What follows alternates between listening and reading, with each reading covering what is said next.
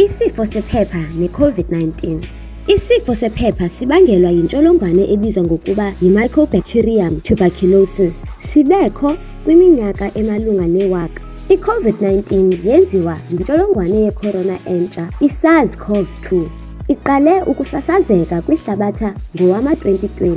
Isifo sephepha ne-COVID-19 zizifo ezosulelayo ezisasazeka ukusuka komnye umntu ukuya komnye. Ungosuleleka sisifo sephepha nayintsholongwane ye-corona entsha xa uphefumla. Kuzo zombini abantu baba neempawu eziqhelekileyo. Zombini ezi zifo zonakalisa amanye amalungu. Zombini ezi zifo zingakukhokhelela kukufa. Zombini zingathintelwa ngokulandela imithetho yokhuseleko lwezempilo yoluntu nolwakho buqu.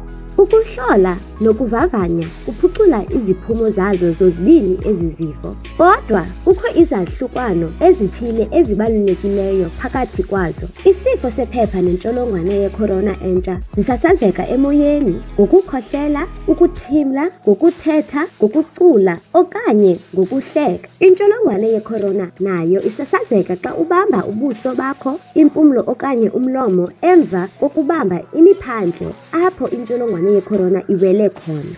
Isifo sephepha sivela kancinane emva kweveki nenyanga. I-COVID-19 ivela msinyane kwintsuku.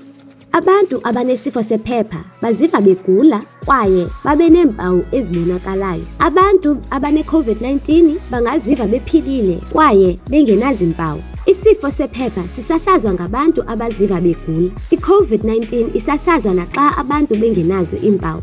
Khathalela impilo yakho. Nqanda usulelo. Nqanda isifo sephepha. Thintela i-COVID-19.